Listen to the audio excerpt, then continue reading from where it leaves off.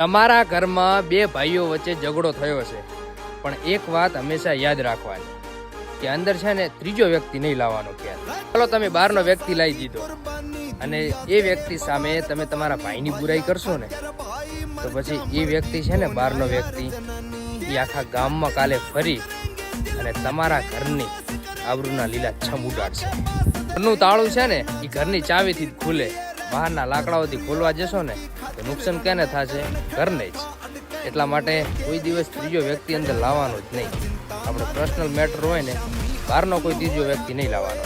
બહારના તમારે ગમે તેટલા સારા સંબંધો હોય ને સાહેબ, લોહીની બરાબરી કોઈ ના કરી શકે.